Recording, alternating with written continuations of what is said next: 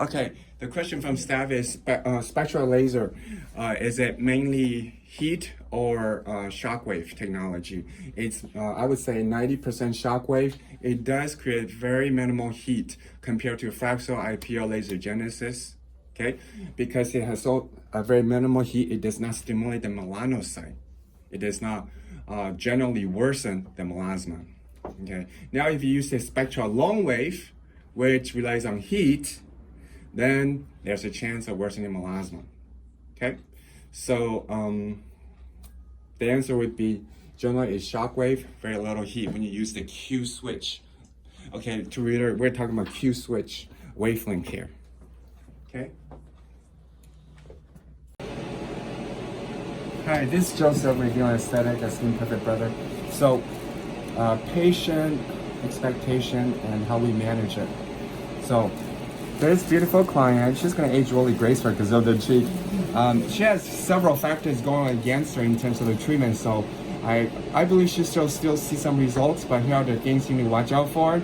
The reason she's a difficult is client because she comes in and her skin is already warm. That's one. So we ice her down already. Second, she's on a darker skin type 5. Okay, a lot of melanocyte 3. She had tried hydroquinone before, and she said it kind of made it worse. 4, she's on bioidentical. She's on hormone. So for those reasons, there's a higher chance of return if she's not using the hat and following the protocol, the hydration. All right.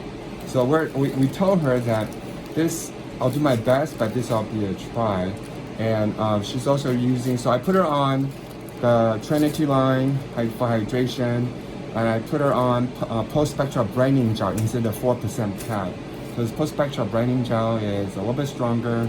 And I told her for her, just 2 times a week.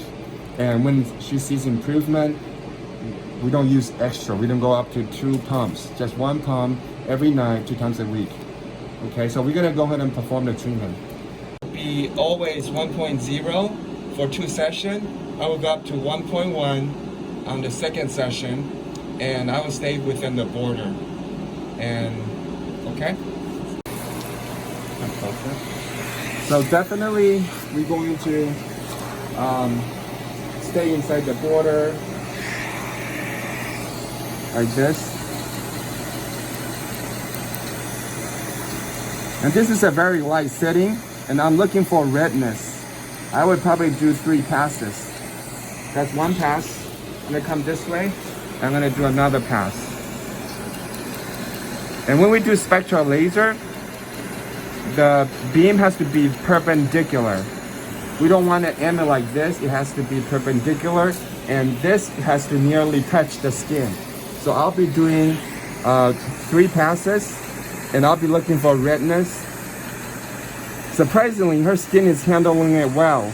In the past, with people with this kind of history, their skin actually turns red really fast. But I do not see any redness developing, so she might be able to handle like 5 passes, which increase her chance of getting results. So this, okay?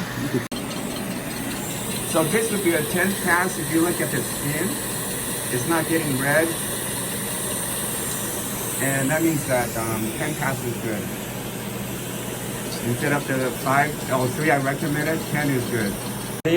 So you guys see that mild redness coming? So guys, that could be eyes, but at the same time, I think this is a good place to stop. Okay. The amount would be just half of this for the whole face, CLOBETASOL. And the question is, do we treat the whole face? For a higher difficult patient, we just treat the spots, okay? Skin type 5, 6, and all right, go ahead. Right there, the spots, okay? So you could either put superhydrator on first if skin's dry, or then CLOBETASOL, or you could put the CLOBETASOL first, then superhydrator. As a general rule, medication goes out first. CLOBETASOL, which is a steroid, which works very, very. So this is a. So what we do is that you guys, I want you to rub at least like 10 times to rub it in, okay? 10 times, 8, 9, 10, and that's it. After that, she's gonna ice 10 minutes outside and sunscreen. So take on point, one pass there, alternate. Second point, stay inside the border. Stay inside the border. Third point, you can continue past fifth pass, which is our protocol.